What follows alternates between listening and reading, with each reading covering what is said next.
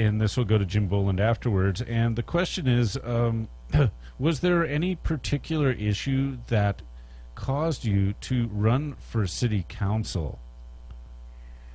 Well, I think I was talking about in my opening statement, I'm most interested in just being part of a community, part of a city, which is how I got involved in Troy, and that's why I decided to run here. So there's nothing particular except the excitement, the enthusiasm, the motivation, the interest in being part of the city. I find it really interesting. I like the puzzle pieces of how things get done. I like thinking into the future. I like imagining what we can be and bringing other people to be part of it. So this was just something I enjoy.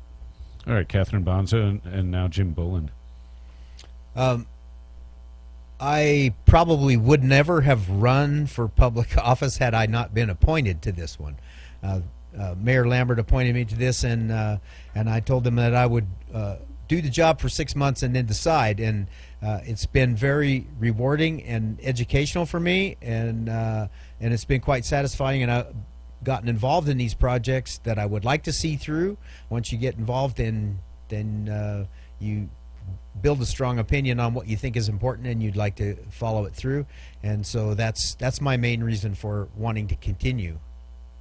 All right, KRFP Moscow. We're going to try and get a couple more callers in here. 892-9200. Mainly because I'm going back to my list of questions that I used for the candidate interviews earlier this month. So anyway, we do have a caller. So KRFP, you're on the air. This will go to Jim Boland first. Hi, I just have I have one question. I just would like to know why this town is so corporate. If you could answer that. Okay, that will go to Jim Boland first. I'm not sure I understand what you mean by corporate. We don't have this isn't a company town. It's not like Potlatch was in 1956. Clearly, there's a lot of different corporations doing business in Moscow. But there's also a lot of independent small businesses, and I'm one of those, and have been for 25 years. And I think there's a pretty strong group of those. If you come to a buy local meeting, you'll see that. All right, that was Jim Boland, and now Catherine Bonzo. The question was, why is this town so corporate? I think that there's another question that maybe that you're trying to ask that I'm not clear about what you are asking. But I think what you can understand is that as a city council member, the job is to look at the municipalities, to understand the services, and to make those work their best and be available to our citizens. And so the question you ask, it sounds like a philosophical one that's different than actually what the city council member does. All right. KRFP Moscow Pullman 892-9200. Well, I have a question that maybe delves into issues like that a little bit more as to priorities maybe given to outside corporations, and that's your opinion on economist Steve Peterson's study, which came out right before the last election, which is a mayoral and city council election. And from my point of view, it is essentially said Moscow is regulating businesses too much and therefore not being welcoming to new businesses. And there may have been a subtext in there about larger outside corporations. So I was wondering if you have an opinion on that study, and or at least the summarized conclusions that you may have heard. And that will go to Catherine Bonzo first. I don't have any opinions on that study, actually, but I think that if I can address what I think is important to understand, relationships and cooperation are what business entities and city entities do with each other. To imply other things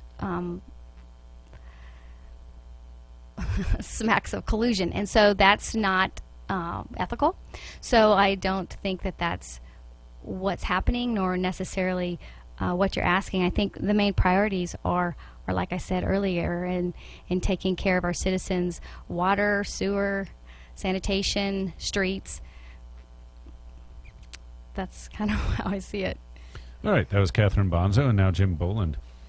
I think Dr. Peterson's study, the crux of that was that Moscow was not growing as fast as it should, or that there was some anti-growth sentiment around the city, or at least emanating from government at that time. And, perhaps that was a big election issue last time, that was a perception, that because perception for outside people wanting to move their business here is something of a reality. If they don't think you're welcome, you're probably not going to come. So I think there's been some changes that have changed attitudes toward that, and things are growing. All right. Well, we could go on to the issue of growth. One projection I heard at one of the candidates forums that Moscow would have 30,000 people by 2030. Of course, I see the population sign outside town, 35,000, but that may not count, or that might be counting students. I don't know. But they're basically saying, 1% a year.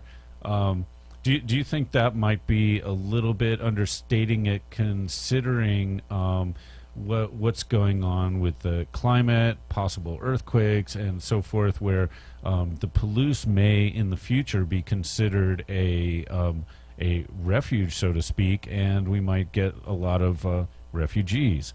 So what are your thoughts about growth that goes beyond what's been going on in the last few decades? Jim Boland. I think the sign outside of town says 23,009 something. Okay.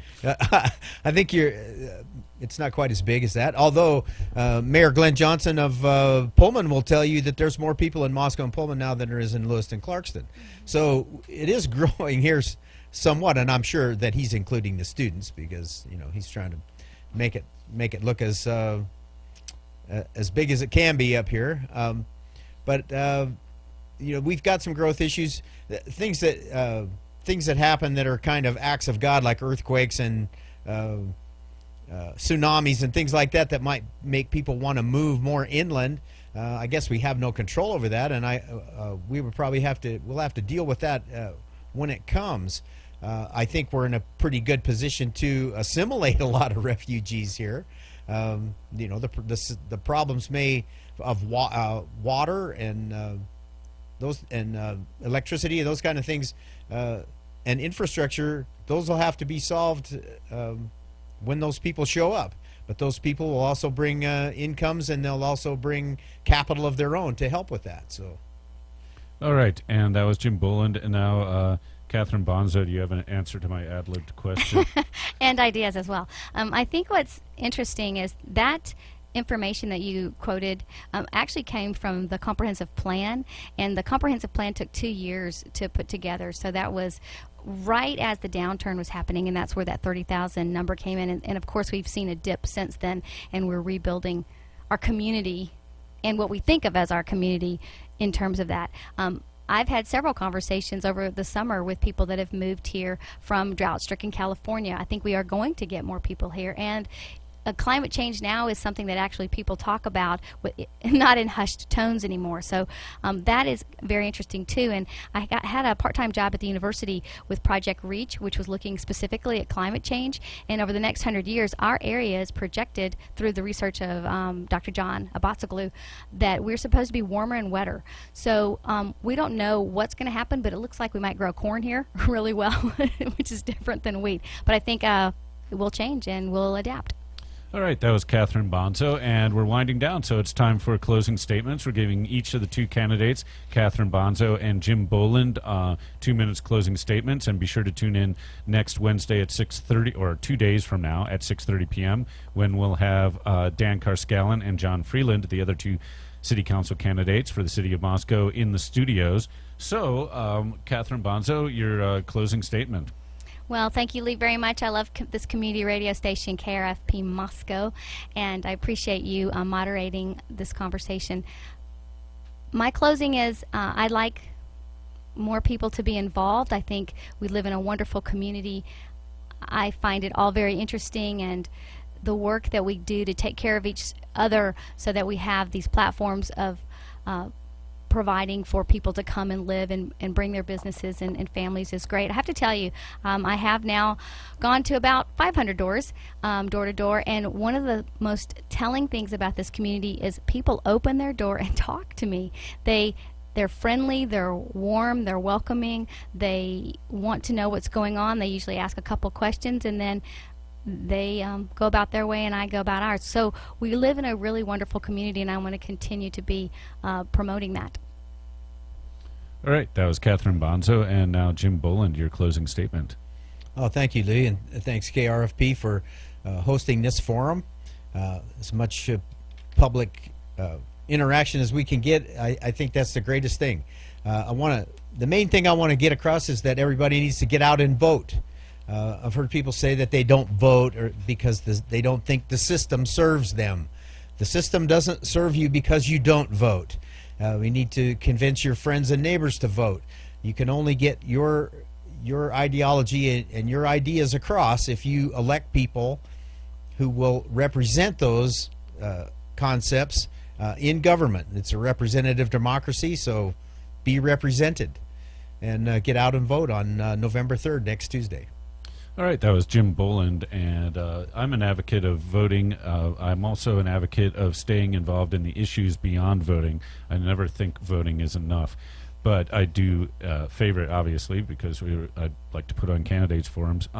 So thank you very much, Jim Boland and Catherine Bonzo, for being here in the studios of KRFP 90.3 FM.